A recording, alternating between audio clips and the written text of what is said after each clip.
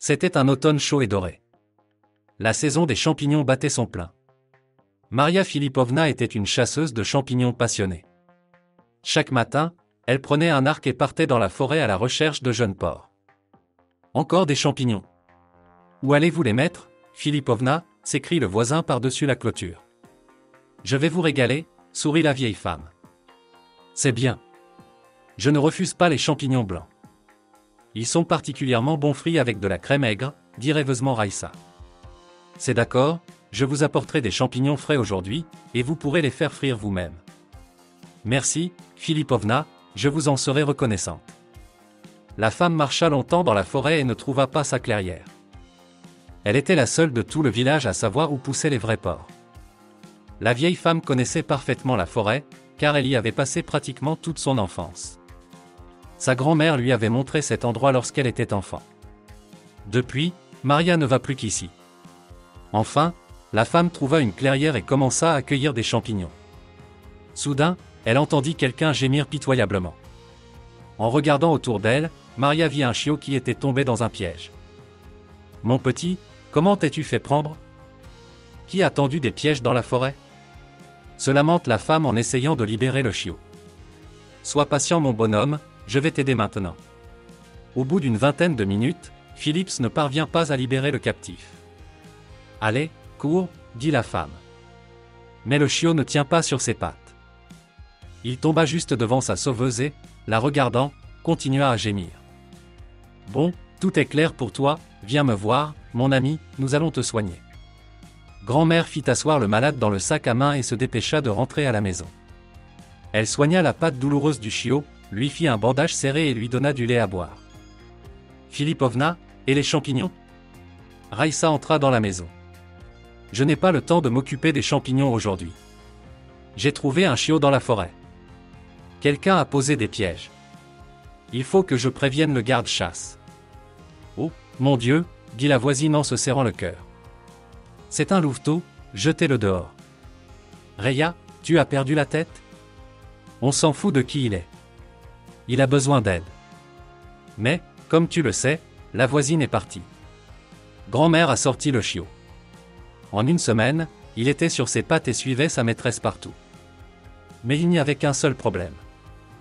Buddy ne pouvait pas aboyer. Il ne faisait que pleurnicher. « Oh, tu vas t'attirer des ennuis, Maria. Tu ne vois pas que c'est un loup ? Ce n'est qu'un petit garçon. Et que se passera-t-il quand il sera grand ? » Reya ne se calmait pas. « Tu vois, il ne peut même pas aboyer. Ce n'est pas un chien. Qu'est-ce que ça peut me faire ? C'est un loup ou un chien ? C'est mon ami. Je suis attaché à lui et je ne vais pas le chasser de la cour. » Au bout d'un certain temps, l'ami grandit et commença à s'enfuir dans la forêt. Filipov s'inquiète pour lui, car bien qu'il soit un loup, c'est un animal de compagnie. Le fidèle ami ne laissa pas sa grand-mère seule pendant longtemps. Ayant assez de courir dans la forêt, il revenait toujours le soir. Un hiver, Maria prit froid et tomba malade.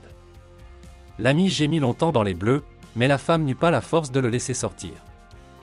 Elle lui dit, « Sois patient, mon ami, je vais bientôt guérir et te laisser sortir. » Le matin, la grand-mère avait de la fièvre. La femme ne pouvait même pas puiser de l'eau. Buddy continua à s'asseoir dans les bleus. Au bout d'un moment, il commença à pousser la porte avec ses fortes pattes jusqu'à ce qu'il l'ouvre. Filipovna sentit le froid qui entrait dans la maison par la porte ouverte. Quel farceur!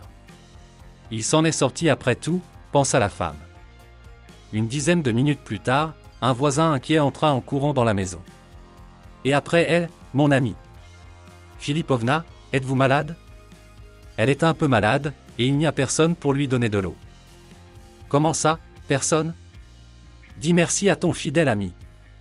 C'est lui qui m'a appelé à l'aide. Tu sais, même si c'est un loup, il est très intelligent et très gentil, dit Raïssa en le caressant.